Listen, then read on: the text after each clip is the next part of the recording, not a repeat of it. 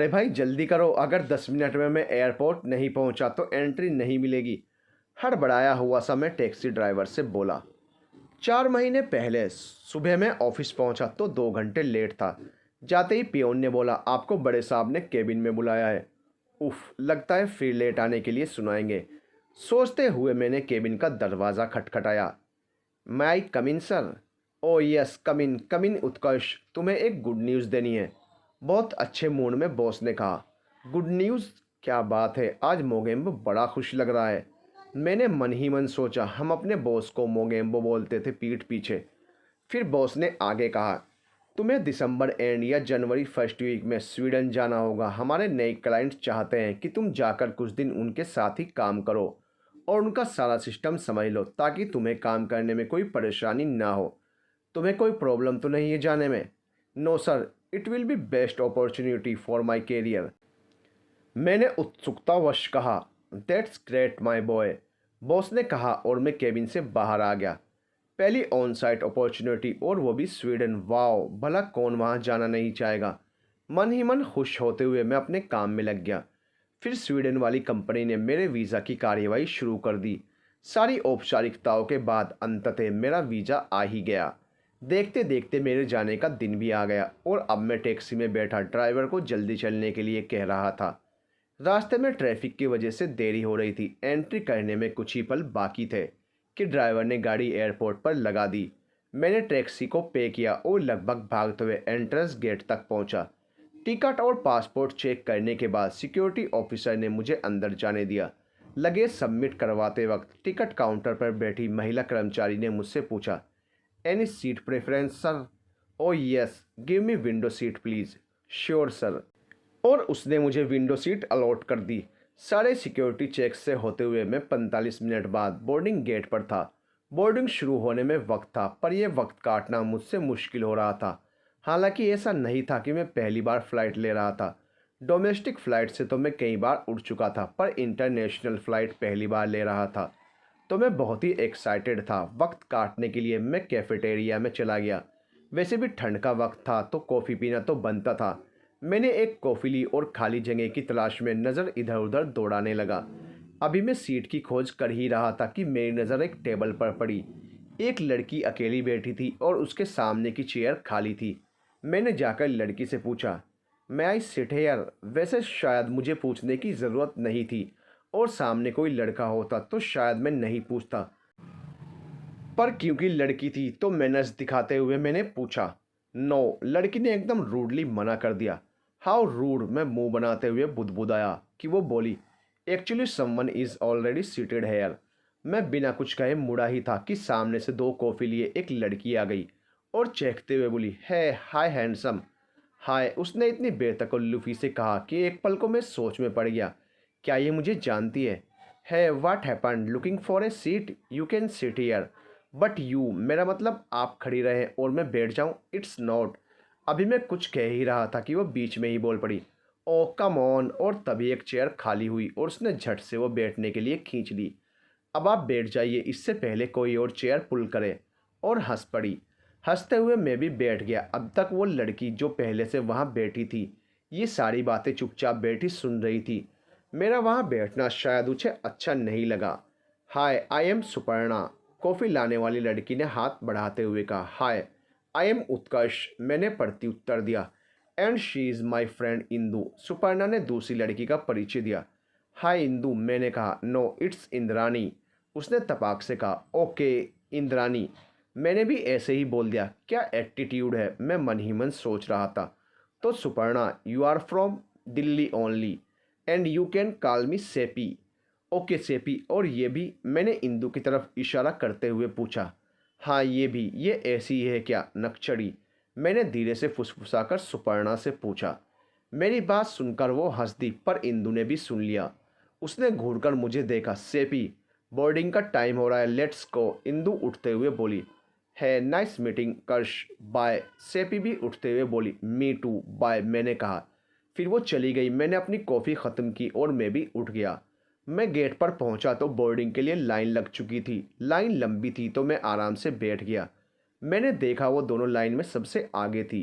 मैं फ़्लाइट में सबसे लास्ट में पहुंचा। मैंने देखा वो दोनों मेरी ही साथ वाली सीट पर थी और मेरी विंडो सीट खाली थी। है हाय, मैंने लगभग चौंकते हुए कहा। उन्हें देखकर मैं हैरान था और खुश भी। Hi, we are travelling together, wow, सेपी भी उत्सुकता से बोली। फिर मैं अपना हैंड बैगेज कैबिनेट में रख अपनी सीट की तरफ बढ़ा। तभी इंदु बोली, क्या मैं आपकी विंडो सीट पर बैठ सकती हूँ? क्या बात है, बड़ा मीठा मीठा बोल रही है। ऐसा सोचते हुए मैंने कहा, जी जी हाँ, आप बैठ सकती हैं। और वो मिडिल सीट से विंडो सीट पर शिफ्ट हो गई। फिर मैंने सेपी को भी शिफ्ट होने का इशारा किया, पर उसने इशारे से मुझे मिडिल सीट पर बैठने को कहा और मैं बैठ गया। अब मैं उन दोनों लड़कियों के बीच में बैठा था और मुझे वो कहावत याद आ रही थी, गोपियों के बीच कन्हैया। अपनी सोच पर मुझे हंसी आ गई। कुछ ही देर में फ़्लाइट रनवे पर भागने लगी। जैसे ही फ़्लाइट ने स्पीड पकड़ी, इंदु ने मेरा हाथ ज़ोर से पकड़ लिया। उसने हाथ इतनी ज़ोर से पकड़ा था कि उसके नाखून मेरे हाथ पर चुभ गए और मेरे मुंह से निकला, आउच। इतनी देर में फ़्लाइट टेक ऑफ कर चुकी थी। मैंने इंदु को मुंह बनाते हुए घूर कर देखा, फिर उसके हाथ को जिसने अभी तक मेरा हाथ पकड़ा हुआ था, और कहा, हम उड़ चुके हैं, आप मेरा हाथ छोड़ सकती हैं। सक पकाकर उसने मेरा हाथ छोड़ दिया। फ्लाइट टेक ऑफ होने से कुछ देर बाद ही इंदु नींद के झटके लेने लगी। नींद में उसकी गर्दन झूलती और उसका सिर मेरे कंधे पर आ टिकता। वो तुरंत ही उसे हटा लेती। 2-3 बार, मसलन जब तक वो अर्ध निंद्रा में थी तब तक तो उसने खुद को संभाला।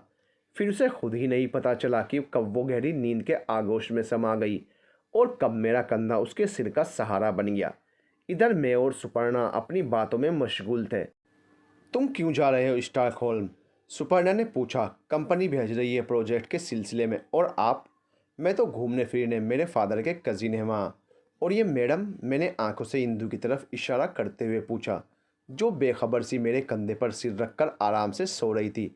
हालांकि वो इस वक्त मुझे बहुत इरिटेट कर रही थी। मैं बार बार अपना कंधा उचकाकर उसे जगाने की कोशिश कर रहा था कि किसी तरह वो हट जाए, पर वो गहरी नींद में थी, सो उस पर कोई असर ही नहीं हो रहा था। इसे भी कंपनी ही भेज रही है, आई थिंक, शायद किसी प्रोजेक्ट के लिए ही। ओह ग्रेट, वैसे इसे देखकर लगता नहीं, मैंने मजाक में कहा। यूं ही बात करते करते वक्त कब बीत गया पता ही नहीं चला और लैंडिंग का वक्त आ गया। फ्लाइट लैंड करने से पहले एयर होस्टेस ने घोषणा की तो इंदी की नींद टूटी। गुड मॉर्निंग मैम, मैंने व्यंग्य से कहा। मेरे कंधे पर सिर टिकाए हुए ही उसने उनींदी सी आवाज़ में कहा, गुड मॉर्निंग, पर बोलते बोलते रुक गई और अपना सिर उठाकर मेरी तरफ बड़ी ही अजीब नज़रों से देखा और फिर ऊपर नीचे देखा। शायद अचानक उसे याद आया कि वो फ्लाइट में है। ओह, मैं सो गई थी, शायद थोड़ी देर के लिए। वो कुछ शक पकाती, कुछ नज़रें चुराती सी बोली, पूरे 2 घंटे सोई हैं आप मेरे कंधे को तकिया समझकर। मैंने थोड़ा रूडली कहा, I am sorry, very very sorry. वो ऐसे बोली जैसे कितनी बड़ी गलती हो गई उससे। It's okay. अब की बार मैंने रूड हुए बिना कहा और वो धीरे से मुस्कुरा दी। बड़ी प्यारी थी उसकी मुस्कान। ये पहली बार था जब मैंने उसकी तरफ गौर किया था। फ्लाइट लैंड होने लगी तो इंदु का हाथ फिर से मेरे हाथ की ओर बढ़ रहा था कि मैंने बीच वाले आर्मरेट्स को नीचे कर दिया। इंदु ने मेरी ओर देखा और मेरी हथकड़ पर मुस्कुरा कर उसने आर्मरेस्ट पकड़ लिया। मैं भी उसे देखकर मुस्कुरा दिया। जैसे ही फ्लाइट ने धरती को छुआ, एक झटका लगा और इंदु के मुंह से हल्की सी चीख निकल गई। उसने ज़ोर से अपनी आंखें बंद कर ली और आर्मरेस्ट को कसकर पकड़ लिया। एक डर उसके चेहरे पर उभर आया। उसकी ऐसी हालत देखकर मैंने उसकी तरफ इशारा करते हुए सुपर्णा से पूछा, क्या क्या है ये?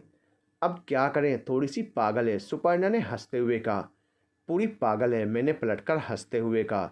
झल्ली कहीं की, मैं बुदबुदाया। पता नहीं क्यों ना चाहते हुए भी नज़र उसके चेहरे से हट ही नहीं रही थी। मन कर रहा था बस वो ऐसे ही रहे और मैं उसे देखता रहूं। ये बस एक ख्याल था जो झटके से आया और उतनी ही तेज़ी से चला गया। इतनी देर में फ़्लाइट धीमी हो गई और इंदु ने अपनी आंखें खोल ली। मैंने भी अपनी नज़र उस पर से हटा ली। ये सब कुछ ही पलों में घटित हो चुका था। हमारी कनेक्टिंग फ़्लाइट थी और अब हम दुबई एयरपोर्ट पर लैंड हो चुके थे। दुबई इंटरनेशनल पर लैंड होने के बाद फ़्लाइट से हम सब साथ में ही बाहर आए। एयरपोर्ट पर मैं वॉशरूम की तरफ बढ़ गया और वो दोनों सिक्योरिटी चेक्स की तरफ। बाहर आया तो हम अलग हो चुके थे। मैं भी सिक्योरिटी चेक्स से होता हुआ बोर्डिंग गेट तक पहुंचा। यहाँ से फ़्लाइट में अभी भी काफ़ी वक्त बाकी था। मेरी नज़रें उन दोनों को ही ढूंढ रही थी। शायद कॉफ़ी शॉप में होंगी, सोचते हुए मैं कैफ़े में गया। इधर उधर नज़र घुमाई पर वो मुझे नहीं दिखी। अलबत्ता मुझे भूख सी महसूस हो रही थी, तो मैं एक कॉफ़ी और सैंडविच लेकर एक खाली चेयर पर बैठ गया और मुझे ऐसी उम्मीद थी कि शायद वो दोनों वहाँ आए। कॉफ़ी ख़त्म हो गई लेकिन वो नहीं आई। काफ़ी देर तक इंतज़ार करने के बाद मैं भी कैफ़े से बाहर आ गया। बोर्डिंग में अभी भी वक्त था। मैं बस एयरपोर्ट पर शॉप्स एक्सप्लोर करने लगा। आखिर वक्त भी तो काटना था। एक तो मैं अकेला और उस पर ये एयरपोर्ट का बोरिंग वेटिंग टाइम, और मेरी नज़रें वो अभी भी उन दोनों को ढूंढ रही थी, या शायद सिर्फ इंदु को। मैं खुद से ही सवाल पूछ रहा था और अपने अंतर्मन में जवाब ढूंढ रहा था। अंततः ये वक्त बीता और मैं बोर्डिंग गेट की तरफ चल दिया। बोर्डिंग स्टार्ट हो चुकी थी पर वो दोनों नदारद थी। पैसेंजर्स लाइन में थे, मैं भी लाइन में खड़ा हो गया। धीरे धीरे मेरे पीछे लाइन लंबी होती गई। जब मेरा टर्न आया और मैंने पीछे मुड़कर देखा तो दोनों तभी आकर खड़ी हुई थी। दोनों सबसे लास्ट में थी, उनका ध्यान मेरी तरफ नहीं था। मेरा बोर्डिंग पास मिल चुका था तो मैं फ़्लाइट की ओर बढ़ गया। फ़्लाइट की ओर जाते हुए मैं सोच रहा था, काश मैं भी लास्ट में होता बोर्डिंग लाइन में। चलो फ़्लाइट में ही मुलाकात होगी। मैं ये बिल्कुल भूल गया था कि सीट्स अलग भी तो हो सकती हैं। इस बात का एहसास मुझे तब हुआ जब मैं अपनी सीट पर पहुंचा और वहां पहले से ही दोनों सीटों पर पैसेंजर्स बैठे थे। एक पल को मुझे धक्का सा लगा, फिर मैं चुपचाप अपनी सीट पर बैठ गया। फ्लाइट में इधर उधर देख रहा था कि कहीं वो दिख जाए तो मैं अपनी सीट एक्सचेंज कर लूं, पर वो कहीं नहीं दिखी। मैं सिर्फ पीछे सीट पर रख आंखें बंद कर कर बैठ गया। फ्लाइट टेक ऑफ हुई तो मुझे इंदु याद आ गई। पूरी जर्नी के दौरान मैं आंखें बंद किए इंदु के बारे में सोचता रहा। उसका वह हंसता हुआ प्यारा सा चेहरा मेरी आंखों के सामने चलचित्र की तरह उभरता रहा। शायद नहीं, नहीं, अब शायद की कोई गुंजाइश नहीं रह गई थी। यकीनन ही मुझे इंदु से प्यार हो गया था, जिसका एहसास मुझे इस फ्लाइट में हो चुका था। ये तो इंदु की मासूमियत ने एक पल भी मेरे ख्यालों को नहीं छोड़ा था। पर ज्यों ही फ्लाइट लैंड होने लगी, इंदु का वो घबराया हुआ चेहरा मेरे जहन में उभरा और मेरे होंठों पर मुस्कान तैर गई। फ्लाइट से बाहर आया पर वो नहीं दिखी। अब मुझे सुपर्णा नहीं, बस इंद्राणी को देखना था। इंद्राणी, मेरी इंदु। काफ़ी कोशिश की एयरपोर्ट पर कि वो नज़र आ जाए, पर सब बेकार। ना मेरे पास कोई कॉन्टैक्ट नंबर था उसका, ना मुझे ये पता था कि वो कहाँ ज्वाइन करने वाली है। खुद पर बहुत गुस्सा आ रहा था। कम से कम कोई इन्फॉर्मेशन तो लेनी ही चाहिए थी। इंदु के बारे में मैं कुछ भी नहीं जानता था सिवाय उसके चेहरे के। स्टॉकहोल्म एयरपोर्ट पर मैं इमिग्रेशन की ओर बढ़ा। देखा तो वहाँ लंबी लंबी लाइंस थी। मैंने चारों ओर नज़र घुमाई कि शायद वो नज़र आ जाए, पर इतनी भीड़ थी कि मुझे नहीं दिखी। सोचा जल्दी से यहाँ से फ्री होकर बाहर जाता हूँ, शायद बाहर मिल जाए। तकरीबन सवा घंटा लगा इमिग्रेशन में। फिर मैं लगेज लेने कन्वेयर बेल्ट की ओर बढ़ा। थोड़ी देर वेट किया मैंने, पर मुझे मेरा लगेज नहीं दिखा। मैंने वहाँ खड़े एक कर्मचारी से पूछा तो पता चला कि शायद लगेज स्टोर रूम में रख दिया, क्योंकि बहुत देर हो चुकी थी। उसके बताए अनुसार मैं स्टोर रूम की तरफ गया। वहाँ खड़े सिक्योरिटी ऑफिसर की मदद से मुझे मेरा लगेज तो मिल गया, पर इस सारी प्रक्रिया में बहुत वक्त लग गया। उसके मिलने की आखिरी उम्मीद भी ख़त्म हो चली थी। बाहर पहुंचा तो कोई मेरे नाम का बोर्ड लेकर खड़ा था। कंपनी की तरफ से कैब भेजी गई थी। मैं कैब में बैठा और कैब ने मुझे होटल पर छोड़ दिया। होटल पहुंचा तो पूरा बदन थकान से टूट रहा था। फ्रेश होकर मैं सोने की कोशिश करने लगा, क्योंकि कुछ खाने का मन नहीं था। शायद कुछ जेट लैग और कुछ इंदु से ना मिलने की मायूसी। नींद मेरी आंखों से कोसों दूर थी। मैं बस यही सोच रहा था, कहाँ मिलूंगा अब उससे। इतना बड़ा शहर है, उसे ढूंढूंगा भी तो कैसे। लगता है हमारा साथ यहीं तक था। अगली सुबह ऑफिस के लिए तैयार होकर बाहर निकला। ऑफिस कैब लेने आने वाली थी, पर अभी तक आई नहीं थी। मैं थोड़ी देर बाहर खड़ा हुआ तो स्टॉकहोल्म की ठंड का एहसास हुआ, और एहसास हुआ -3 डिग्री तापमान का। हालांकि मैंने ओवरकोट पहना हुआ था, फिर भी ठंड अपना एहसास करा रही थी। इंतज़ार करते हुए भी इंदु गाहे बगाहे मेरे जहन में आ रही थी, जिसके ख्यालों को मैं झटकने की कोशिश कर रहा था। 10-15 मिनट के इंतज़ार के बाद कैब आ गई। आधे घंटे बाद मैं ऑफिस में था। रिसेप्शन पर जाकर मैंने अपना परिचय दिया। रिसेप्शनिस्ट ने मुझे इंतज़ार करने को कहा।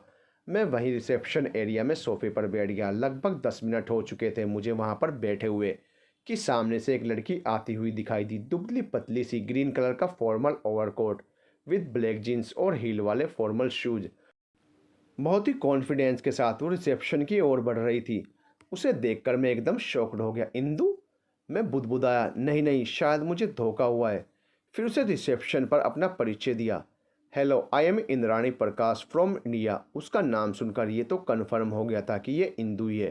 पर कहाँ वो फ्लाइट वाली झल्ली इंदु और कहाँ ये आत्मविश्वास से परिपूर्ण इंद्राणी, जिसे देख मेरा मुंह खुला का खुला रह गया और आंखें फटी की फटी। उसे भी इंतज़ार करने के लिए कहा गया और वो मेरे पास ही पड़े सोफे पर आकर बैठ गई। मेरी आंखें तब से अभी तक उसे ही घूर रही थी। जैसे ही वो आकर बैठी मैंने एक्साइटेड होकर कहा, इंदु। फिर अचानक मुझे उसकी एयरपोर्ट पर कही वो बात याद आ गई। इंदु नहीं, इंद्राणी। और मैंने झट से कहा, आई मीन इंद्राणी। मेरे टोकने पर उसने मेरी ओर देखा और देखकर वो भी शॉक्ड हो गई। फिर हम दोनों के मुंह से एक साथ निकला, आप यहाँ? और दोनों हंस पड़े। फिर मैंने कहा, आज मैं ज्वाइन कर रहा हूँ यहाँ सॉफ्टवेयर्स में, और तुम? मैं भी ज्वाइन कर रही हूँ फाइनेंस में। क्या इत्तेफाक है, देखिए हम एक ही कंपनी में ज्वाइन कर रहे हैं। मैंने चहकते हुए कहा। मुझसे मेरी खुशी छुपाए नहीं छुप रही थी। प्रत्युत्तर में वो सिर्फ मुस्कुरा दी। मैं और भी बहुत सी बातें करना चाहता था, पूछना चाहता था कि तभी हमें अंदर बुला लिया गया। तकरीबन हाफ डे तक ज्वाइनिंग फॉर्मेलिटीज़ इंडक्शन सेशन चलता रहा। लंच से लगभग आधे घंटे पहले हमें हमारे रेस्पेक्टिव डिपार्टमेंट्स में भेज दिया गया। हम एक बार फिर से अलग हो चुके थे। पहले जब अलग हुए थे तो वो अप्रत्याशित था। अचानक से अलग हो गए और पता भी नहीं था फिर कब मिलेंगे, कैसे मिलेंगे, मिलेंगे भी या नहीं। पर अब एक तसल्ली थी कि हम फिर तो ज़रूर मिलेंगे। आखिर एक ही ऑफिस में जो थे, इंदु से लंच टाइम में थोड़ी देर के लिए ही सही, पर मुलाकात हो ही जाती थी। हमने जब ज्वाइन किया था तो क्रिसमस वेकेशन शुरू होने वाली थी। वेकेशन शुरू होने से एक दिन पहले लंच टाइम में ऑफिस फूड कोर्ट में बैठकर सब घूमने का प्लान बना रहे थे। अधिकतर एम्प्लॉयज़ गोथेनबर्ग जाना चाहते थे। गोथेनबर्ग को स्वीडन के क्रिसमस सिटी के नाम से भी जाना जाता है। और कुछ एम्प्लॉयज़, जिनमें मैं भी शामिल था और इंदु भी, नॉर्दर्न लाइट्स देखने जाना चाहते थे। मैंने बहुत सुना था नॉर्दर्न लाइट्स के बारे में। अंत में हम 6 ही नॉर्दर्न लाइट्स देखने में इंटरेस्टेड थे। सभी के सब इंडियन। स्वीडन में क्रिसमस वेकेशन 20 डेज़ की होती है, 13 जनवरी तक। सबसे पहले हमने रूट पता किया नॉर्दर्न लाइट्स के लिए। स्टॉकहोल्म से पहले किरुना जाना था, वहाँ से अबिस्को। किरुना जाने के लिए दो तरीके थे, या तो प्लेन या ट्रेन। फ्लाइट लगभग पौने 2 घंटे की थी, जबकि ट्रेन की जर्नी करीब करीब 15 घंटे की। किरुना से आगे अबिस्को तक बाय रोड जाना था। तय हुआ कि पहले फ़्लाइट की टिकट्स के लिए ट्राई किया जाए, क्योंकि क्रिसमस का टाइम था। टिकट मिलेगी या नहीं कहा नहीं जा सकता था। अगर फ़्लाइट की टिकट नहीं मिलती तब आगे की सोचेंगे। उसके बाद ही अब इसको मैं होटल वगैरह बुक करवाएंगे। फ़्लाइट की टिकट मिल तो रही थी, पर एक तो क्रिसमस टाइम, उस पर लास्ट मिनट बुकिंग, तो कॉस्ट थोड़ी ज़्यादा थी। सीट्स भी सबकी अलग अलग थी, पर सब जाने के लिए इतने एक्साइटेड थे कि उसके आगे कुछ और मायने नहीं रखता था। फ़्लाइट और होटल सबकी बुकिंग एडवांस में ही करवा ली गई थी। तय दिन पर हम सब 15-20 मिनट के अंतराल पर एयरपोर्ट पहुँचे। सारे सिक्योरिटी चेक्स से होते हुए हम बोर्डिंग गेट तक पहुँच गए। हम सब साथ ही में थे। यूँ तो सभी एक्साइटेड थे, पर इंदु थोड़ा नर्वस लग रही थी। मैंने उससे पूछा, क्या हुआ, एनी प्रॉब्लम? नहीं, कुछ घबराई सी आवाज़ में उसने कहा और घबराहट को छुपाते हुए मुस्कुराने की असफल कोशिश की। मैं शायद उसकी प्रॉब्लम समझ रहा था, क्योंकि उस दिन फ्लाइट से जाने की बात सुनकर भी वो कुछ परेशान हो उठी थी। Please don't mind, but do you have vertigo? मैंने सीधे शब्दों में उससे पूछ तो लिया, पर डर था कि कहीं वो बुरा ना मान जाए। वाट? मेरी बात सुनकर वो एकदम हैरानी से बोली, नो नॉट एट ऑल। वो तो बस टेक ऑफ और लैंडिंग के टाइम पर थोड़ा सा डर। तपाक से सफाई देते हुए वो एकदम रुक गई और टेढ़ा सा मुंह बनाकर दूसरी तरफ पलट लिया। मैं उसकी बात बड़े गौर से सुन रहा था। उसकी बात या उसके डर पर मुझे उतनी हंसी नहीं आई जितनी कि उसकी बचकानी हरकत पर, और मेरे मुंह से अनायास ही निकल गया, झल्ली कहीं की। उसने सुन लिया और मुझे घूरते हुए बोली, क्या कहा आपने? मैंने तो कुछ नहीं कहा। मैंने यूँ दिखाया जैसे मैंने कुछ पता ही नहीं। अनजान बनने की कोशिश मत करिए, उस दिन फ्लाइट में भी आपने यही कहा था। उसकी बात सुनकर मैं हल्के से चौंक गया। अरे, सुन लिया था आपने? तो मेरी सिर्फ आंखें बंद थी, कान नहीं, वो भड़कते हुए बोली। गुस्से में वो एकदम महाकाली का अवतार लग रही थी। अरे बाबा, शांत शांत, मैंने तो बस यूं ही मजाक में कहा था। मैंने अपनी सफाई दी। और उसने गर्दन झटकते हुए मुंह फेर लिया। तभी बोर्डिंग स्टार्ट हो गई और हम एक एक कर फ्लाइट में पहुंचने लगे। सबकी सीट अलग अलग थी। इंदु की सीट मेरी सीट से 2 सीट आगे थी। अब की बार वो मेरे साथ थी और मैंने ध्यान भी रखा था कि उसकी कौन सी सीट है, ताकि मौका मिलने पर सीट एक्सचेंज की जा सके। फिर अपनी काली माई को मनाना भी तो था, जो अनजाने में ही मुझसे रूठ गई थी। तो फ्लाइट टेक ऑफ होने से पहले ही मैं जल्दी से उठा और इंदु के को पैसेंजर से रिक्वेस्ट की सीट बदलने के लिए। वो मान भी गया। इंदु सबसे बाहर की तरफ बैठी थी। विंडो सीट पर भी एक लड़की बैठी थी, शायद स्वीडिश, और मैं फिर से बीच में दोनों लड़कियों के। मैंने इंदु को इशारे से शिफ्ट होने के लिए भी कहा, पर उसने मुंह बना दिया। उधर एयर होस्टेस ने मुझे बैठने के लिए इंसिस्ट किया, क्योंकि फ़्लाइट टेक ऑफ होने वाली थी। नतीजन मैं भी बीच में ही बैठ गया। मुझे फिर से वही फीलिंग आ गई जो इंदु और सुपर्णा के बीच में बैठ कर आई थी।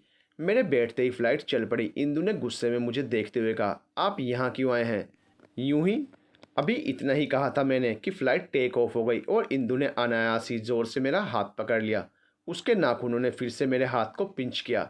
ये डोमेस्टिक फ़्लाइट थी तो इसने ज़्यादा लंबा रन नहीं लिया था। टेक ऑफ होते ही इंदु का ध्यान इस बात पर गया कि उसने मेरा हाथ पकड़ लिया है। उसने झटके से मेरा हाथ छोड़ दिया। इंदु ने हड़बड़ाते हुए कहा, सॉरी सॉरी। मैं मुस्कुरा दिया, पर वो नहीं। फिर मैंने उसके कान में फुसफुसा कर कहा, इट्स ओके, पर प्लीज़ तुम अपने नेल्स ज़रूर काट लेना। बड़ी ज़ोर से चुभते। ओ, आपको लग गई क्या? उसने कुछ ऐसे पूछा जैसे उसने कितना बड़ा क्राइम किया हो। लगी तो नहीं थी, पर उसे छेड़ने के लिए मैंने हाँ में सिर हिला दिया, सैड एक्सप्रेशंस के साथ। ओह, कहाँ लगी, दिखाइए तो। और घबरा कर वो मेरे हाथ को उठाकर देखने लगी। उसकी इस हरकत पर मुझे हंसी आ गई। इसी अदा पर तो मरते हैं हम। सच में झल्ली है, ऐसा मैंने मन में सोचा। प्रत्यक्ष कहता तो इस बार मेरे मुंह से झल्ली सुन वो शायद मेरा मर्डर ही कर देती। मुझे हंसता देख उसने झटके से मेरा हाथ छोड़ दिया। थोड़ी ही देर में वो ऊँघने लगी। जैसे ही उसे नींद का झटका आया, उसकी गर्दन फिर से मेरे कंधे पर आ टिकी। पर इस बार मैं इरिटेट नहीं हो रहा था। तुरंत ही वो हड़बड़ा गई और उसने अपना सिर हटा लिया। मैंने धीरे से कहा, it's okay, you can sleep here. उसने घूरकर मुझे देखा और मुंह बनाकर कहा, नो थैंक्स। फिर वो चुप से बैठ गई। थोड़ी देर की खामोशी के बाद मैं ही बोला, अरे वो सुपर्णा कैसी है? अच्छी है, इंदु ने संक्षिप्त सा उत्तर दिया। हाँ, अच्छी तो वो है। She is such a nice girl. मेरी बात सुनकर इंदु ने कुछ अजीब तरह से मुझे देखा। मैं समझ गया था कि सुपर्णा की तारीफ सुन उसे जलन हो रही थी। मैंने आगे कहा, Suparna is very stylish and graceful, very friendly by nature. उस दिन उसके साथ बातों में वक्त का पता ही नहीं चला। इतना ही मिस कर रहे हो सुपर्णा को तो यहाँ क्या कर रहे हो? उसी के पास जाओ। इंदु चिढ़ते हुए बोली, लगता है किसी को जलन हो रही है। उसे चिढ़ाने में मुझे मज़ा आ रहा था। मुझे क्यों होगी जलन? पर मैंने तुम्हारा नाम कब लिया? मतलब तो तुम्हारा वही था ना। तुम्हें क्या पता मेरा मतलब क्या था? यूँ खट्टी मीठी नोक झोंक के साथ हम आपसे तुम पर आ चुके थे। मुझे सब पता है। गंगा कहाँ बह रही है? क्या? हा हा हा। उसकी बात सुन मुझे ज़ोर से हंसी आ गई। कुछ नहीं। और क्या ये घड़ी घड़ी दांत दिखाते रहते हो? वो तुनक कर बोली, तो मेरे दांत हैं मैडम। मैंने उसे और चिढ़ाया। तो दिखाओ फिर, खूब दिखाओ। आई विश तुम्हारे सारे दांत झड़ जाएं। उसने कुछ अदा से आंखें मटकाते हुए कहा, oh thank you so much आपकी दुआओं के लिए। मैंने उसी की नकल उतारते हुए कहा। तभी फ्लाइट लैंड होने की घोषणा हो गई। इतनी जल्दी? ओह नो, आई विश ये सफ़र कभी ख़त्म ना हो। मैं ऐसे ही इसे चिढ़ाता रहूं। Oh shit, I love her so much यार। मैं मन ही मन सोच रहा था। लैंडिंग की घोषणा सुन इंदु के चेहरे पर डर की लकीरें उभर आई। मैंने उसकी तरफ अपना हाथ बढ़ाया, पर उसने मुंह बनाकर आर्मरेस्ट को पकड़ लिया। इतनी देर में फ्लाइट ने जैसे ही ज़मीन को छुआ, इंदु की पकड़ और कस गई। मैंने उसे प्यार से देखा, उसके हाथ पर अपना हाथ रख दिया। उसने मेरी तरफ पलट कर देखा और मैंने आंखों के इशारे से कहा, मैं हूं ना। तब तक फ्लाइट लैंड हो गई और इंदु ने आर्मरेस्ट को छोड़ दिया। मैंने भी अपना हाथ हटा लिया। किरुना एयरपोर्ट से बाहर निकलकर हमने टैक्सी हायर की। अब इसको के लिए रास्ते में हमने टैक्सी ड्राइवर से ही पूछ लिया कि नॉर्दर्न लाइट्स देखने के लिए कैसे जा सकते हैं। टैक्सी में मैं आगे ड्राइवर के साथ बैठा था और इंदु मेरे एकदम पीछे। वो अपना सिर पीछे सीट पर रख आंखें बंद कर बैठी हुई थी। बड़ी नींद आती है इसको, मैंने मन ही मन सोचा। फिर मैंने ही टैक्सी ड्राइवर से पूछा कि नॉर्दर्न लाइट्स देखने के क्या क्या ऑप्शंस हैं। ड्राइवर ने बताया कि बेस्ट व्यू है हिल व्यू। अब इसको में ऑरोरा स्काई स्टेशन है, जो अब इसको टूरिस्ट स्टेशन के पास पहाड़ की चोटी पर स्थित है। पहाड़ की चोटी तक जाने के लिए केबल कार है, पर उसका किराया लगभग 700 स्वीडिश क्रोना है। दूसरा ऑप्शन है लेक व्यू, जहां पैदल या कार से जाया जा सकता है। वहां झील के किनारे से भी नॉर्दर्न लाइट बहुत लुभावनी लगती है। उसने आगे बताया, अगर केबल कार से जाना हो तो बुकिंग 1-2 दिन पहले करवानी पड़ती है, जिसमें होटल के फ्रंट डेस्क ऑफिसर हेल्प कर देते हैं। पर अगर मौसम ख़राब हुआ तो फिर नॉर्दर्न लाइट नहीं दिखेंगी। ऐसे में आपको रिफंड भी नहीं मिलेगा। ड्राइवर की बात सुनकर हम सब ने फैसला किया कि पहले केबल कार से ही ट्राई करते हैं। वैसे भी हमारा 5-6 दिन का प्रोग्राम था, तो उम्मीद यही थी कि हमें ऑरोरा दिख ही जाएगा। नॉर्दर्न लाइट्स को ऑरोरा बोर्डलेस भी कहा जाता है। लगभग 1-1.25 घंटे में हम होटल पहुंच गए। बुकिंग तो हमने पहले ही कराई हुई थी, 4 सिंगल रूम और एक डबल रूम। इंदु ने पहले ही सिंगल रूम बुक कराया था। हम तीनों लड़कों के भी सिंगल रूम थे, बाकी 2 लड़कियों ने एक डबल रूम लिया था। चारों सिंगल रूम एक ही रो में थे, जबकि डबल रूम हमारे जस्ट सामने था।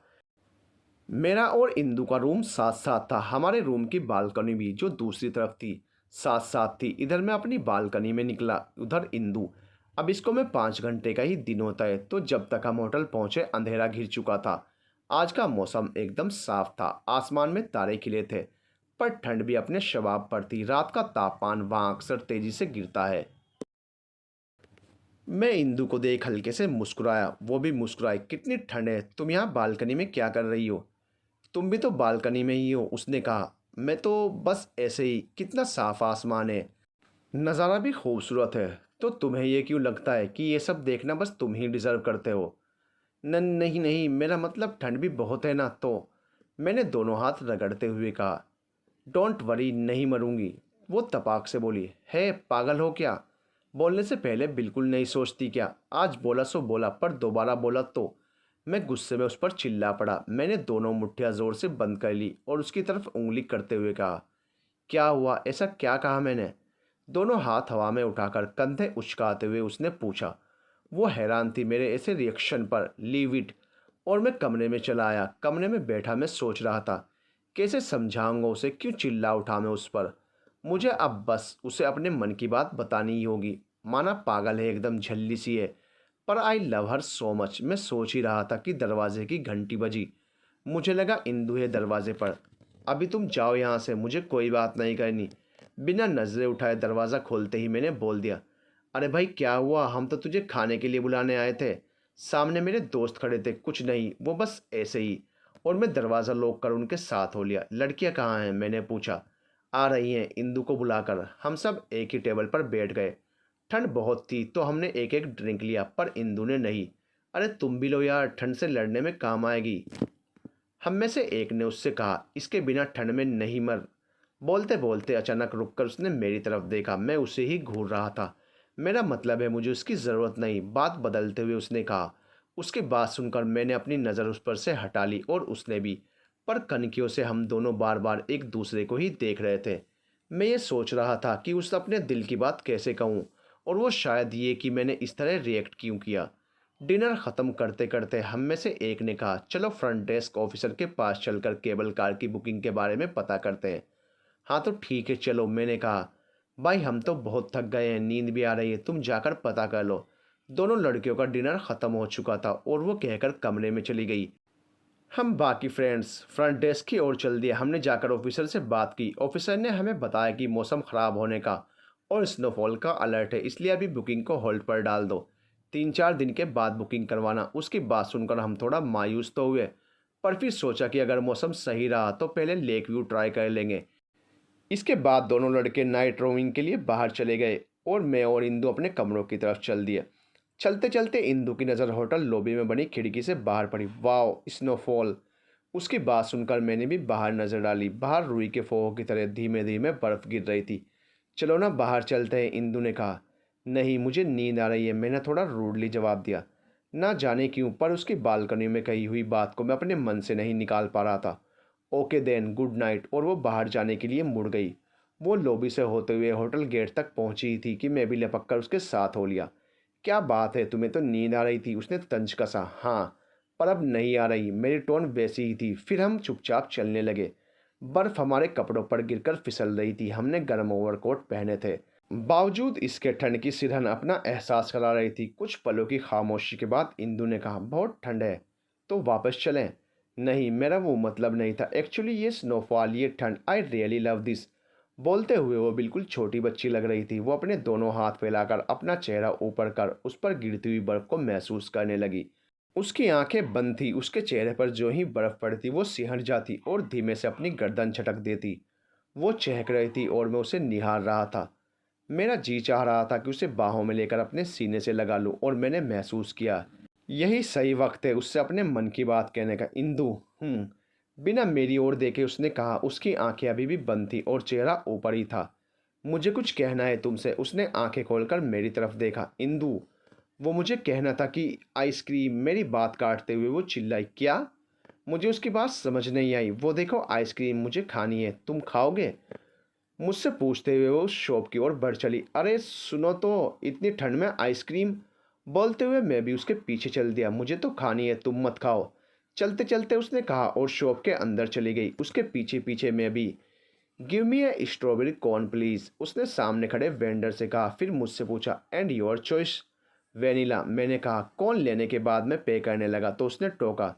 तुम क्यों पे कर रहे हो? मैं करती हूँ।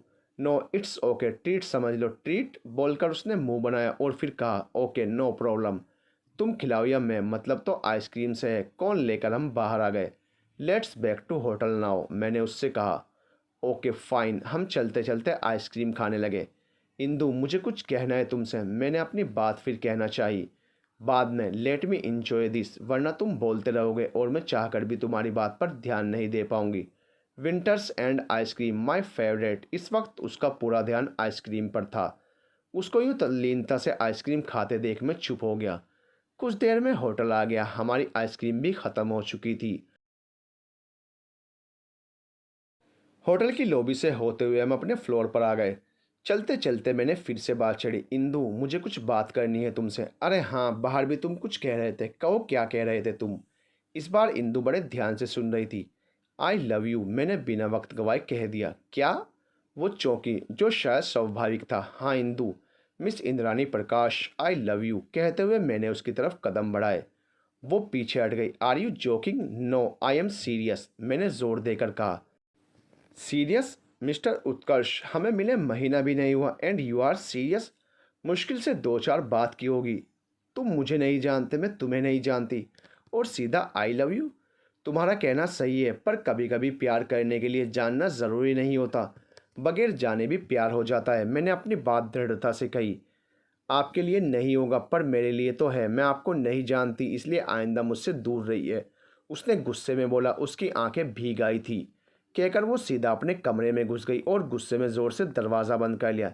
इंदु, मेरी बात तो सुनो इंदु, मैं बोलता रह गया और तब तक वो दरवाज़ा बंद कर चुकी थी। मैं ठगा सा खड़ा देखता रह गया। इंदु के यूं मेरे मुंह पर दरवाज़ा बंद कर देने से मुझे भी थोड़ा गुस्सा आ गया। मैं भी अपने कमरे में घुसा और दरवाज़ा पटक दिया।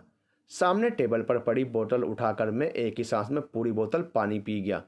पानी पीकर मैंने लंबी सांस ली और बाथरूम में चला गया। चेंज कर मैं बेड पर पसर गया और सोने की नाकाम कोशिश करने लगा, पर नींद नदारद थी। कानों में इंदु की आवाज़ गूंज रही थी। मैं सोच रहा था, इंदु का इनकार शायद जायज़ था। अभी हम जानते ही कितना थे एक दूसरे को, पर उसका कहने का तरीका और फिर आंखों के आंसू, कहीं इनकार की कोई और वजह तो नहीं। मन कर रहा था अभी जाकर इंदु से खुलकर बात करूं, पर रात बहुत हो चुकी थी। लेटे लेटे जब बेचैनी बढ़ने लगी तो मैं कमरे में इधर उधर टहलने लगा। टहलते हुए बालकनी में पहुंचा तो ठंड ने हाड़ कपा दिए। वापस कमरे में जाने के लिए मुड़ा ही था कि नज़र इंदु की बालकनी में जा पड़ी। इंदु वहां खड़ी थी। उसकी आंखों में आंसू थे। शायद जैसे ही उसका ध्यान मेरी ओर गया, उसकी नीली आंखें मेरी आंखों से टकरा गई, पर दो पल के बाद ही वो मुंह फेर कर अंदर चली गई।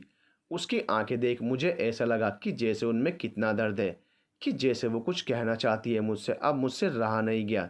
मैंने बिना वक्त गवाए उसके कमरे की घंटी बजा दी। तुम यहाँ क्यों आए हो इस वक्त? जाओ यहाँ से, दरवाज़ा बंद करने की कोशिश करते हुए उसने कहा, पर मैं ज़बरदस्ती से धक्का देते हुए अंदर घुस गया।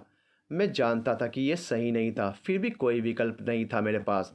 तुम इस तरह अंदर क्यों चले आए? मैं कहती हूँ चले जाओ यहाँ से अभी के अभी, घबराते हुए उसने अटकते अटकते कहा। इतनी ठंड में भी वो पसीने से सरोबोर हो गई थी। मुझे बस तुम्हारे इनकार की वजह जाननी है, फिर मैं चुपचाप चला जाऊंगा, मैंने बिना किसी भूमिका के कहा। वजह मैं बता चुकी हूँ, वो मैं सुन चुका हूँ। अब मुझे असली वजह जाननी है। असली वजह? कौन सी असली वजह? जो मैंने कहा बस वो ही वजह है। अच्छा, अगर सिर्फ इतनी सी ही बात है तो फिर तुम्हारी आंखों में ये दर्द की लकीरें क्यों हैं? मेरा सवाल सुन उसने मुंह फेर लिया और कहा, अच्छा तरीका है वजह पूछने का। पहले ज़ोर ज़बरदस्ती से किसी के कमरे में घुस जाओ और फिर तुम ये उम्मीद करते हो कि कोई तुमसे प्यार करे।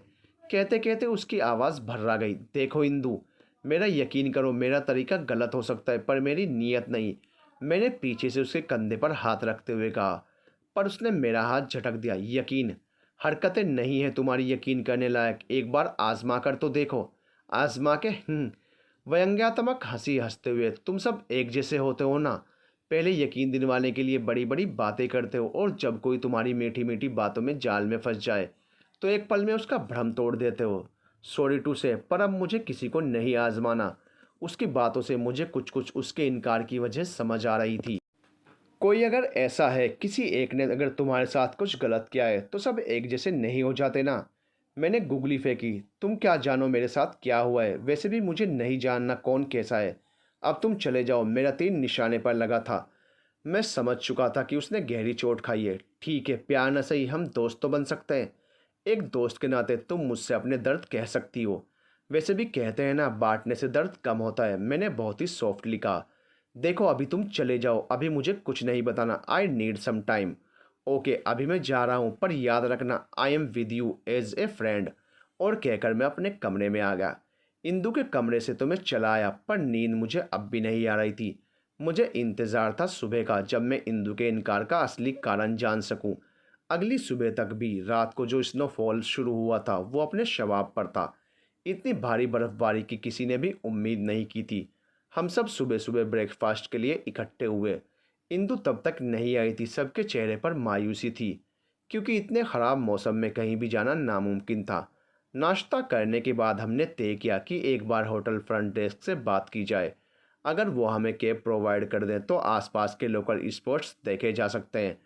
पर उन्होंने बताया कि इतनी भयंकर बर्फबारी में रास्ते बंद हो जाते हैं, इसलिए कहीं भी निकला नहीं जा सकता। उन्होंने ये भी कहा कि कस्टमर्स की सुविधा के लिए होटल के टॉप फ्लोर पर उनके एंटरटेनमेंट का पूरा इंतज़ाम है, जैसे rolling ball, cricket, 3D simulator, gym वगैरह वगैरह।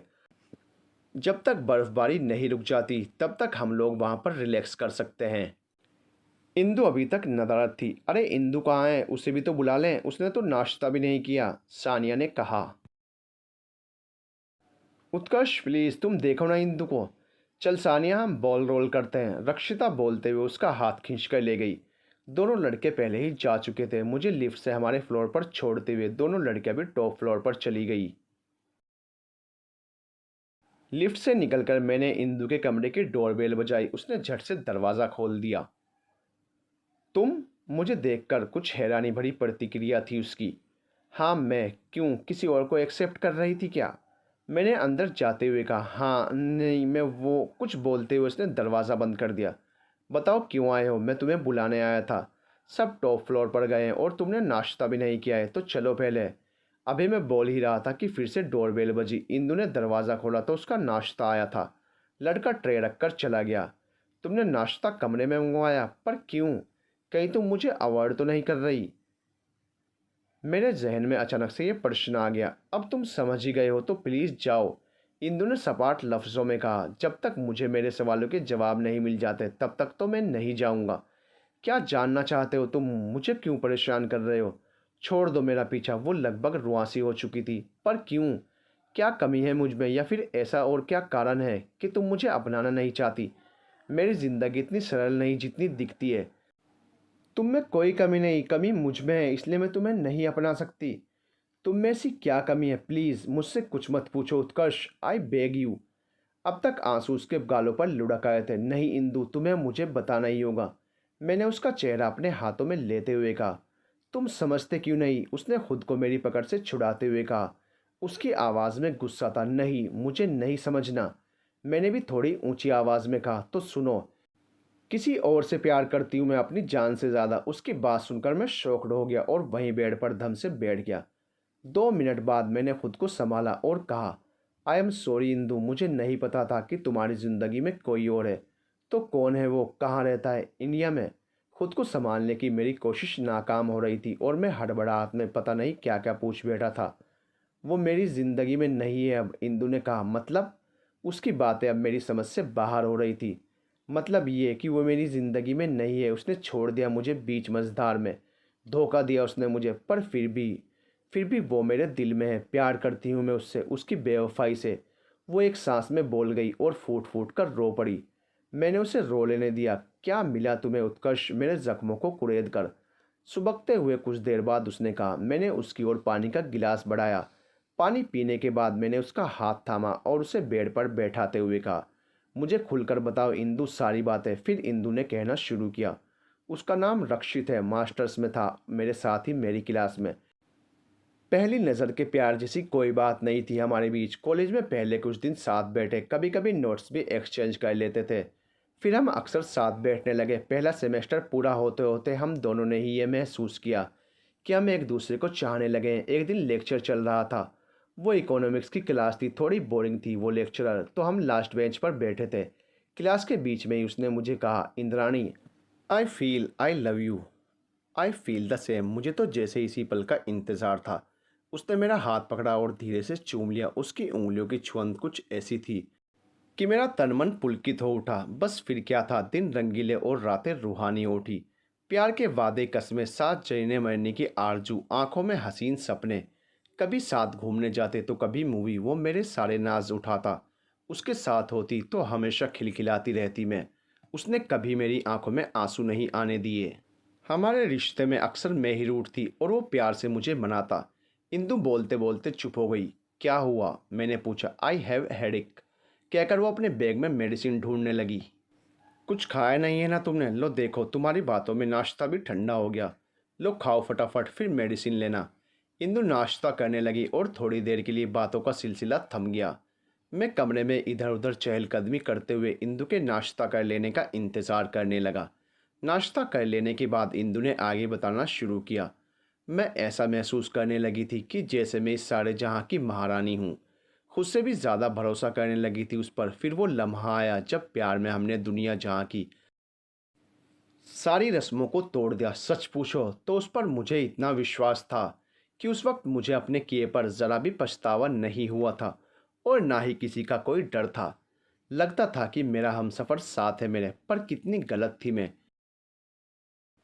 जल्दी रक्षित ने मुझे इस बात का एहसास करवा दिया। अगले कुछ ही दिनों में मुझे पता चला कि जो हमने किया उसका परिणाम मेरे सामने आ चुका था। मैं इस खबर से खुश थी। जब मैंने ये बात रक्षित को बताई तो वो भी बहुत खुश हुआ। वो तुरंत मुझसे शादी करने के लिए तैयार हो गया। उसने कहा जल्दी ही वो अपने मम्मी पापा से बात कर उनको साथ लेकर मेरे घर आएगा। धीरे धीरे वक्त बीतने लगा पर रक्षित नहीं आया। मैं जब भी उसे टोकती वो किसी न किसी बहाने से टाल देता। आजकल आजकल में 2.5 महीने गुजर गए। तभी इंदु के कमरे की घंटी बजी। कमरे की घंटी बजने पर इंदु ने दरवाज़ा खोला। होटल बॉय प्लेट्स लेने आया था। उसके जाने के बाद इंदु ने फिर कहना शुरू किया। उस दिन शुक्रवार था। मैं कॉलेज पहुंची तो रक्षित मालविका के साथ बैठा था। उन दोनों के बारे में गॉसिपिंग तो होती थी पर मैंने कभी उस पर ध्यान ही नहीं दिया था। मुझे देख रक्षित मेरे पास आ गया। तुम उसके साथ क्यों बैठे थे? वो बस ऐसे ही कुछ पूछ रही थी। अच्छा छोड़ो उसे, तुम मेरे घर कब आओगे? तुम तो जानते हो कुछ ही वक्त में ये बात सबको पता चल जाएगी। अब ज़्यादा दिन मैं छुपा नहीं पाऊंगी। अरे तो छुपाना क्यों है, मैं जल्दी आता हूँ ना। पर कब? आज क्या है, फ्राइडे ना। मैं संडे शाम को आता हूँ अपने मम्मी पापा को लेकर। सच? तो मैं अपने घर पर बता दूँ ना कि तुम आने वाले हो? हाँ बिल्कुल बता दो, और देखो अच्छे से खातिरदारी करना, आखिर हम लड़के वाले हैं। उसने हंसते हुए कहा तो मैं भी हंस पड़ी। चलते चलते भी उसने मुझसे वादा किया कि वो आएगा। संडे को हम सब उसका इंतज़ार करते रहे पर वो नहीं आया। मैंने बार बार उसे फ़ोन लगाया पर उसने नहीं उठाया। अगली सुबह गुस्से से भरी हुई मैं कॉलेज पहुंची। जब क्लास में गई तो देखा कि वो मालविका के पास बैठा था। मुझे लगा था कि वो मेरे पास आकर अपनी सफाई देगा और आकर अपने किए की माफ़ी मांगेगा, पर मुझे देखकर भी वो टस से मस नहीं हुआ। मैंने सोचा कि मैं ही जाकर उससे बात करूं, लेकिन तभी मैम क्लास में आ गई। क्लास शुरू हो चुकी थी। मैं गुस्से से उसे घूर रही थी पर उसका ध्यान बस मालविका पर था। क्लास ख़त्म होते ही मैं उसकी तरफ बढ़ी। रक्षित, मुझे तुमसे कुछ बात करनी है, कहो। यहाँ नहीं, मेरे साथ चलो, जो कहना है यहीं कहो। उसकी बात सुनकर मेरा गुस्सा और बढ़ गया। तुम कल आए क्यों नहीं मेरे घर? वो क्या है ना कि कल मेरी मालविका के साथ सगाई थी। ये सुनकर मेरी आंखें छलछला आई। पर तुम तो मुझसे, तुमने मेरे साथ ऐसा क्यों किया? बड़ी मुश्किल से मैं बोल पाई। तुम, हा हा हा, तुम जैसी तो हजारों घूमती है आगे पीछे, तो क्या सबसे शादी कर लूं? माई गर्ल इज मालविका कहकर उसने मेरे सामने ही मालविका का हाथ चूम लिया। लेकिन ये मैंने इशारों में ही उसे कहना चाहा। डोंट वरी, मैं एक गायकोलॉजिस्ट को जानता हूँ जो मिनटों में तुम्हारा इस मुसीबत से पीछा छुड़ा देगी। उसने फुसफुसाकर मेरे कान में कहा और बेशर्मा की तरह हंसने लगा। इससे ज़्यादा बेइज्जती में बर्दाश्त नहीं कर पाई और खून का सा घूंट पीकर वहाँ से चली गई। मेरे कानों में उसकी हंसी गूंजे जा रही थी और पिघले शीशे सी चुभ रही थी। क्लास से बाहर निकलकर सीढ़ियाँ उतरते हुए मैं खुद को संभाल नहीं पाई और मेरा पैर फिसल गया। इसके साथ ही मैंने सब कुछ खो दिया। मेरे फ्रेंड्स ने मुझे हॉस्पिटल पहुंचाया। वहां हॉस्पिटल में बेड पर लेटे हुए भी मेरी आंखें उसी का रास्ता तक रही थी, पर वो नहीं आया और मेरी आखिरी उम्मीद भी टूट गई। उसके बाद मैं सिर्फ फाइनल एग्ज़ाम के लिए ही कॉलेज गई। दिखता था वो मालविका के साथ, पर मुझे इग्नोर कर देता था। बस जैसे तैसे ही मैंने एग्ज़ाम दिए। बाद में सुना था कि उसकी और मालविका की शादी हो गई। 2 साल हो गए इन बातों को। सच पूछो तो उत्कर्ष, मैं उससे भाग कर ही यहाँ आई हूँ। मेरे मम्मी पापा को तो आज तक इस हादसे के बारे में नहीं पता। वो सिर्फ इतना ही जानते हैं कि रक्षित ने मेरा दिल तोड़ा। आगे क्या हुआ उन्हें कुछ भी नहीं पता। इसके साथ ही कमरे में खामोशी पसर गई। 5 मिनट तक तो मुझे समझ ही नहीं आया कि मैं क्या कहूँ। उसके साथ जो हुआ उसके लिए उसे सांत्वना दूं या फिर जिस बेबाकी और ईमानदारी से उसने अपने रिश्ते को मेरे सामने खोलकर रख दिया था, उसके लिए उसकी तारीफ करूं। जो भी हो, पर एक बात तो तय थी। उसके बारे में जानने के बाद भी मुझे उससे प्यार था। वो शायद मेरे कुछ बोलने का इंतज़ार कर रही थी और मैं अपने ही ख्यालों में खोया था। इतनी देर में हमारे फ्रेंड्स हमें ढूंढते हुए वहाँ आ गए। अरे उत्कर्ष, तुम इंदु को ढूंढने आए और खुद खो गए।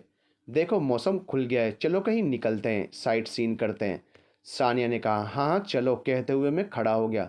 सब लोग आगे निकल गए और मैंने इंदु के पास जाकर धीरे से कहा, आई स्टिल लव यू। पागल हो क्या, इंदु ने चौंकते हुए कहा। उसे शायद मुझसे ऐसी उम्मीद नहीं थी। अब तुम जो भी समझो और तुम भी समझो, प्यार से पहले आता है भरोसा, और अब मैं वो किसी पर नहीं कर पाऊंगी। तुमने क्या सबको एक जैसा समझ लिया है? तुम हाँ तो करो, बहुत जल्द भरोसा भी कर लोगी। अरे तुम लोग चलो भी, क्या हो गया? सानिया ने वापस आते हुए कहा। हाँ हाँ चलो, मैं उनके साथ हो लिया। चलते चलते मैंने पीछे मुड़कर देखा। इंदु अभी भी अपनी जगह पर जड़वट खड़ी मुझे घूर रही थी। मैंने मुस्कुराकर उसकी तरफ आंख मारी और बाहर निकल गया। जाकर हमने फ्रंट डेस्क से बात की। उन्होंने हमें कैब प्रोवाइड कर दी और हम साइट सीन के लिए निकल पड़े। सब बर्फ़ में मस्ती कर रहे थे, एक दूसरे पर बर्फ़ के गोले बनाकर फेंक रहे थे। परिंदु कुछ गुमसुम हो गई थी। वहाँ पर डॉग स्लेड भी थी। उन सब पर बैठकर बर्फ़ में घूमने निकल गए। मैं इंदु के पास रुक गया। तुम्हारा सिर दर्द कैसा है अब? मैंने इंदु से पूछा। तुम दूर रहो मुझसे। अरे मैं तो बस तुम्हारी तबीयत पूछ रहा था। पर क्यों? देखो जी, मुझे बेचारी मत समझना। उसके बर्ताव में अचानक बदलाव आ गया। छुई मुँह से फिर से काली माई बन गई वो। हा हा। अरे मैं क्यों समझूंगा तुम्हें बेचारी? पर अब तुम अपनी सूरत लटका कर रखोगी तो किसी को भी सिंपैथी हो जाएगी। कोई ज़रूरत नहीं सिंपैथी दिखाने की। मैं तो तुम्हारे लिए रुका और तुम उल्टा मुझसे ही उलझ रही हो। मैंने नहीं कहा रुकने के लिए हूँ, पर मेरी मर्जी, मैं तो रुकूंगा तो मैं ही चली जाती हूँ। और जाकर वो डॉग स्लेड पर बैठ गई। मैं भी उसके पीछे हो लिया और उसकी स्लेड पर बैठ गया, क्योंकि वो 2 सीटर थी और स्लेड वाले लड़के ने उसे अकेले ले जाने से मना कर दिया। मेरे बैठने के बाद वो उतरना चाहती थी, पर तब तक स्लेड आगे बढ़ चुकी थी। जैसे ही स्लेड ने गति पकड़ी, इंदु और मैंने हैंडल्स जोर से पकड़ लिए। तुमने कभी पहले ऐसी राइडिंग की है? मैंने लगभग चिल्लाते हुए पूछा। नहीं, उसने भी चिल्लाकर कहा। मैंने भी नहीं। तभी स्लेड ढलान पर आ गई और उसकी स्पीड और बढ़ गई। अब हम दोनों ने चिल्लाना शुरू कर दिया। अगर हाथ छूटता तो पता नहीं हम गिरकर कहाँ पहुँच जाते। बस हम लुढ़कते जा रहे थे और एक दूसरे के ऊपर गिर रहे थे।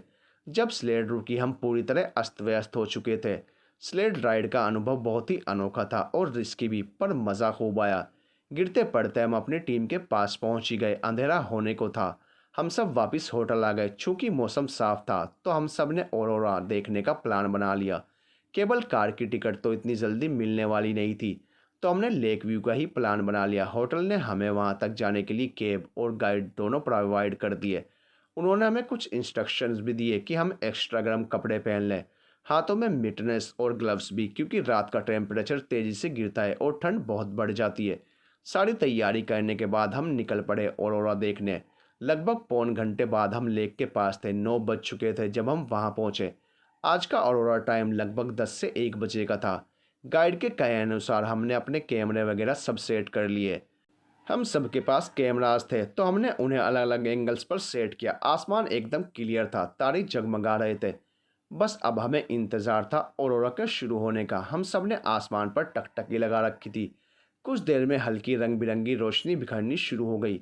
धीरे धीरे रोशनी गहराने लगी। बहुत ही अद्भुत दृश्य था। नीली पीली संतरी हरी गुलाबी रोशनी से भरा आसमान रोशनियों को समंदर लग रहा था। वो रोशनियां धरती पर मानो बरस रही थी। क्या होती है नॉर्दर्न लाइट्स और क्यों सब इन्हें दूर दूर से देखने आते हैं, ये बात इन रोशनियों को देखकर समझ आ रही थी। हमने भी जैसे ही उन रोशनियों की छटा देखी, हम सबके मुंह खुले के खुले रह गए।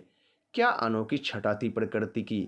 इतनी सारी झिलमिलाती रोशनी और इंदु का साथ मैं बहुत ही प्रफुल्लित महसूस कर रहा था। कैसा लग रहा है इंदु, जो मेरे पास ही खड़ी थी, मैंने पूछा। बहुत ही अच्छा, मैंने पहले कभी ऐसा मनोरम दृश्य नहीं देखा। इंदु बस बोले जा रही थी। वो पूरी तरह से ऑरोरा में डूबी हुई थी। इंदु, मैं तुमसे शादी करना चाहता हूँ। लगता है ठंड तुम्हारे दिमाग में चढ़ गई है और तुम कुछ भी बोल रहे हो। उसकी आवाज़ में थोड़ा सा व्यंग्य था।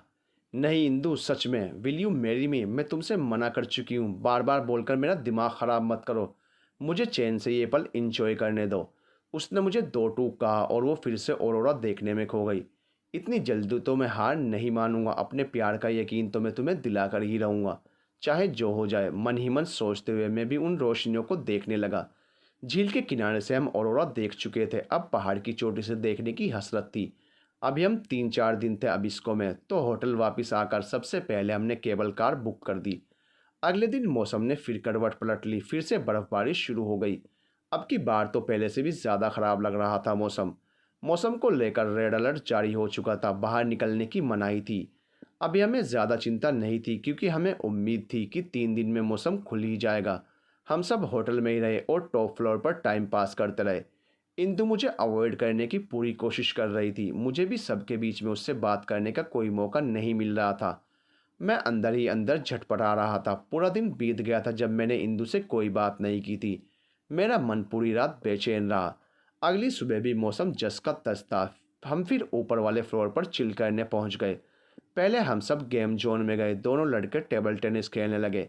इंदु और सानिया बॉलिंग करने लगी। रक्षिता वीडियो गेम खेलने लगी और मेरा तो कुछ काम करने का मन ही नहीं हो रहा था, तो मैं बस कॉफ़ी पी रहा था और इंदु को देख रहा था, जबकि उसका ध्यान मुझ पर नहीं था। थोड़ी देर बाद सानिया वहां से हट रक्षिता के पास जाकर बैठ गई। इंदु को अकेला देखकर मैं उसके पास जा पहुंचा। तुम मुझे अवॉइड क्यों कर रही हो? मैंने बेसब्री से पूछा। नहीं तो, उसने बहुत ही शालीनता से बॉल को रोल करते हुए कहा। पर उसकी बॉल टारगेट तक पहुंची नहीं और उसके मुंह से निकला, ओ नो, मैं तुम्हारी हेल्प करता हूँ। कहते हुए जो ही मैंने उसकी ओर हाथ बढ़ाया, उसने मेरा हाथ झटक दिया। दूर रहो मुझसे, सब पीछे हटते हुए कहा। इंदु, मुझे एक मौका तो दो, ताकि मैं तुम्हें यकीन दिला सकूं मेरी मोहब्बत का। अच्छा ठीक है, शादी करनी है ना तुम्हें मुझसे? अभी इसी वक्त करोगे? उसका ये सवाल मेरे लिए इतना शॉकिंग था कि मैं कोई जवाब नहीं दे पाया। मुझे खामोश देख उसने टोका। क्यों, क्या हुआ? बस निकल गई सारी मोहब्बत? मैं तुम जैसे लड़कों को अच्छी तरह से जानती हूँ, इसलिए अब से इस झूठी मोहब्बत का दम मेरे सामने मत भरना। बोलकर वो वहाँ से चली गई। ये सब इतना जल्दी हुआ कि मैं कुछ बोल ही नहीं पाया। 2 पल बाद में जैसे नींद से जागा और बुदबुदाया, ऑफ कोर्स करूँगा। ओह शिट, उसने मेरी खामोशी को गलत समझ लिया। मैं उसके पीछे भागा, पर तब तक वो सानिया और रक्षिता के पास जाकर वीडियो गेम में उलझ चुकी थी और उनके सामने मैंने कुछ कहना मुनासिब नहीं समझा। मैं उससे कहना चाहता था कि मैं उससे शादी करने के लिए कभी भी कहीं भी किसी भी वक्त तैयार हूँ। मुझे बस कुछ तन्हाइयों की तलाश थी, दिल की बात कहने के लिए। पर मेरी काली माई तो कोई मौका ही नहीं दे रही थी। जब देखो दोस्तों में बिजी। तीसरे दिन भी मौसम नहीं खुला था। आसमान यूं टूटकर धरती पर बरस रहा था, जैसे उसे पिघलाकर ही मानेगा। मौसम सुधरने की कोई उम्मीद भी नजर नहीं आ रही थी। मायूसी थी हम सबके चेहरे पर और नजरें आसमान पर। हमें लगने लगा था कि अब हिल व्यू से ऑरोरा देखे बिना ही वापस लौटना पड़ेगा। सबकी तरह मैं भी मायूस था, शायद उन सबसे कुछ ज़्यादा ही। पर मेरी मायूसी की वजह कुछ अलग थी। मुझे इंदु से अपनी बात जो कहनी थी। जैसे जैसे लम्हे गुजर रहे थे, वैसे वैसे मेरी बेचैनी भी बढ़ रही थी। बेचैन सा मैं होटल के गेम जोन में चहलकदमी कर रहा था, जबकि बाकी फ्रेंड्स अपने अपने तरीके से टाइम पास कर रहे थे। मुझे इस तरह बेचैन देख रक्षिता ने टोक ही दिया। उत्कर्ष, क्या हुआ तुम्हें? कुछ अनमने से दिख रहे हो। अरे यार, आजा चिल कर। अब मौसम नहीं खुला तो क्या कर सकते हैं, दूसरे ने कहा। पर इंदु, उसने तो मुझे देखा तक नहीं। उनकी बातों पर मैं बस मुस्कुरा दिया। लगभग 5 बजे मौसम ने करवट पलटी, बर्फबारी कम हो गई, हम सबकी उम्मीदें फिर से जाग गई। 8 बजने तक बादल भी छट गए और तारे खिल उठे। वैसे तो सभी एक्साइटेड थे, पर मैं कुछ ज़्यादा ही उतावला हो रहा था। मुझे ऐसी उम्मीद लग रही थी कि मुझे अब इंदु से बात करने का मौका मिल ही जाएगा। उतावलेपन में मुझसे कुछ खाया भी नहीं गया। 9 बजे के आसपास हम सब निकल गए औरोरा स्काई स्टेशन के लिए। वहां जाकर नीचे ही हमें स्पेशल बॉडी वार्मर सूट्स पहनने के लिए दिए गए। वहां जाकर हमें एक और सरप्राइज़ मिला, जो असल में किसी शौक से कम नहीं था। हम सब ने सोचा था कि केबल कार क्लोज्ड होगी, पर वो ओपन चेयर कार थी, जिसमें एक चेयर कार में 2 ही जन बैठ सकते थे। इसलिए हमें स्पेशल सूट दिए गए थे। एक एक कर हम कार में बैठने लगे। मैं भगवान से मन ही मन दुआ मांग रहा था कि मेरे साथ इंदु ही बैठे, और भगवान ने मेरी सुन भी ली। अपने ग्रुप में हम दोनों ही लास्ट में थे और हम साथ में ही बैठे एक ही चेयर कार में। फिर कार ने आगे बढ़ना शुरू किया। जैसे ही कार चली, हल्का सा झटका लगा। इंदु ने कसकर हैंडल पकड़ लिया। -30 डिग्री टेम्परेचर में रात का समय अपने आप में एक रोमांच का एहसास करा रहा था। ठंड भी लग रही थी, ना चाहते हुए भी दांत किटकिट कर रहे थे। इतना सुनसान रास्ता कि डर भी डर कर भाग जाए, और इतनी खामोशी कि सन्नाटे की आवाज़ भी सुनाई दे रही थी। जैसे ही हम थोड़ा आगे पहुंचे, मैंने दांत किटकिटाते हुए इंदु से कहा, मैं तुमसे शादी करना चाहता हूँ। तुम कहो तो अभी इसी वक्त। और तभी झटके से कार रुक गई। क्या बेसिर पैर की बातें कर रहे हो? लगता है कार को भी तुम्हारी बात पसंद नहीं आई, इसलिए रुक गई। इंदु ने उम्मीद से ज़्यादा शांत शब्दों में कहा। इतनी शांति की उम्मीद नहीं थी मुझे अपनी काली माई से। शायद ये ठंड की शांति थी। इंदु ने अपनी बात ख़त्म की ही थी कि कार फिर चल पड़ी। पर कार को तुम्हारी बात पसंद आई है, देखो फिर से चल पड़ी। तो बताओ कब करनी है शादी? मेरी बात का उसने कोई उत्तर नहीं दिया। कुछ पल जवाब का इंतज़ार करने के बाद मैंने फिर टोका, मैं तुमसे कह रहा हूँ, बताओ कब करोगी शादी? क्या शादी शादी कर रहे हो? इंदु एकदम चिल्ला पड़ी मुझ पर, और केबल कार फिर से रुक गई। अरे अरे, नाराज़ क्यों हो रही हो? देखो कार भी तुमसे डरकर रुक गई। इंदु ने मुंह बना दिया। देखो इंदु, उस दिन जब तुमने होटल के गेम जोन में मुझसे पूछा था, तो मैं एकदम जवाब नहीं दे पाया, और उसके बाद तुमने मौका ही नहीं दिया। बस तब से तुम्हारे सवाल का जवाब मन ही मन रट रहा हूँ। तुम जब चाहो, जहाँ चाहो, जैसे चाहो, मैं तुमसे शादी करने को तैयार हूँ। इससे पहले इंदु कुछ कहती, हमारी कार चल पड़ी। देखो अब की बार कार को मेरी बात पसंद आ गई है। तभी कार ज़ोर ज़ोर से झटके लेने लगी और फिर जस की तस रुक गई। हमें समझ नहीं आया कि क्या हुआ।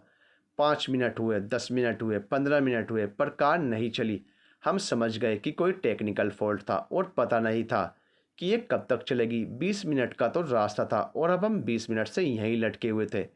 इंदु का तो मारे घबराहट के बुरा हाल था। घबरा तो मैं भी रहा था, पर इंदु के सामने दिखाना नहीं चाहता था। क्या सिचुएशन है ना, आधी रात को हम हवा में लटके हैं साथ साथ।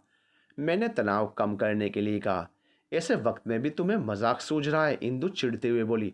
अरे मैं तो तनाव कम कर रहा था। ऐसे कम होगा तनाव फालतू जोक्स क्रैक करने से? तो शादी कर लेते हैं अभी, शायद कम हो जाए। उफ, पागल हो क्या तुम? इंदु ने झल्लाते हुए कहा। इतनी ज़ोर से मत चिल्लाओ, ऐसा ना कहो, कहीं ये कार चले ही ना। चुप रहो, तुम पहले ही जान पर बनी है। तो मैं हूं ना तुम्हारे साथ। कहते हुए मैंने उसका हाथ पकड़ लिया। उसने छुड़ाने की कोशिश की तो मैंने और कसकर पकड़ लिया और कहा, अरे अरे, ज़्यादा मत हिलो, नीचे गिर जाओगी। मेरी बात सुन। वो शांत हो गई और बोली, मेरा हाथ छोड़ दो। नहीं इंदु, मैंने यह हाथ छोड़ने के लिए नहीं पकड़ा। अब जो पकड़ा है तो हमेशा के लिए। मेरी बात सुन। वो एकटक मुझे देखने लगी। मैंने अपनी दोनों आंखें धीरे से बंद कर आंखों ही आंखों में उससे कहा, मैं हूँ और रहूँगा हमेशा हमेशा तुम्हारे साथ। और उसका हाथ और मजबूती से पकड़ लिया मैंने। इंदु की आंखें भर आई। मेरी बात सुनकर वो कुछ नहीं बोली, बस मुझे देखती रही। मैंने अपना दूसरा हाथ गर्दन के पीछे से उसके कंधे पर रख उसे अपनी ओर खींच लिया। वो भी टूटकर मेरे आगोश में छुप गई। ये उसका मुंह इकरार था। और तभी केबल कार ने झटका लिया और चल पड़ी। केबल कार झटके लेते लेते अंततः हिल टॉप पर पहुंच गई। वहां पहुंचते ही सब फ्रेंड्स ने आकर हमें घेर लिया। इंदु, उत्कर्ष, तुम दोनों ठीक हो? सानिया ने पूछा। हाँ हम ठीक हैं, और तुम सब? इंदु ने उत्तर दिया। हाँ, यहाँ पहुँचने के बाद ठीक है, वरना केबल कार बंद पड़ते ही तो जान निकल गई थी। इतनी ठंड में बीच हवा में लटके थे, हाथ पैर दिमाग सब सुन पड़ गए थे। रक्षिता ने कहा, वाकई यहाँ आकर थोड़ी राहत महसूस हो रही है। थ्रिल से भी और ठंड से भी। मैंने कहा, आज तो अच्छा खासा एडवेंचर हो गया। दोनों लड़के एक स्वर में बोले और हम सब हंस पड़े। वहाँ हिल टॉप पर एक्चुअली एक कैफ़े था जो कि आर्टिफिशियल वार्म था, इसलिए हम सभी को वहाँ पर राहत महसूस हो रही थी। हम वहाँ पहुँचे तो ऑरोरा ऑलरेडी स्टार्ट हो चुका था। हम सब बातें कर ही रहे थे कि बातें करते करते इंदु की नज़र सामने बन रहे ऑरोरा पर पड़ी और वो एक्साइटेडली चिल्लाई, wow, how amazing these lights are. Indu की बात सुनकर जैसे ही हमने बाहर देखा हम देखते ही रह गए। यहाँ से ऑरोरा व्यू ज़्यादा अच्छा लग रहा था। आसमान में रंग बिरंगी रोशनियाँ यहाँ से ज़्यादा झिलमिलाती हुई प्रतीत हो रही थी। ऐसा लग रहा था कि क्षितिज पर आकाश और धरती के बीच रंग बिरंगा इंद्रधनुषी पुल बना हुआ हो। जी तो चाह रहा था कि हाथ बढ़ाकर छू लें उन्हें, पर काश ये मुमकिन होता। हम सब ने जल्दी से अपने कैमरे सेट किए ताकि ओरोरो का बेस्ट हिल व्यू कैप्चर कर सकें। कुछ देर लाइट्स को जी भरकर निहारने के बाद हमने एक कॉफ़ी ली और तनमनियाते से बैठकर रंग बिरंगी कुदरती माया में खो गए। मैं और इंदु साथ साथ एक बेंच पर बैठ गए। तो बताओ क्या ख्याल है? कॉफ़ी सिप करते हुए मैंने पूछा। क्या ख्याल है मतलब? उसने कुछ चौंकते हुए मुस्कुराते हुए कहा। अरे वही, मैंने उसे छेड़ा। वही क्या?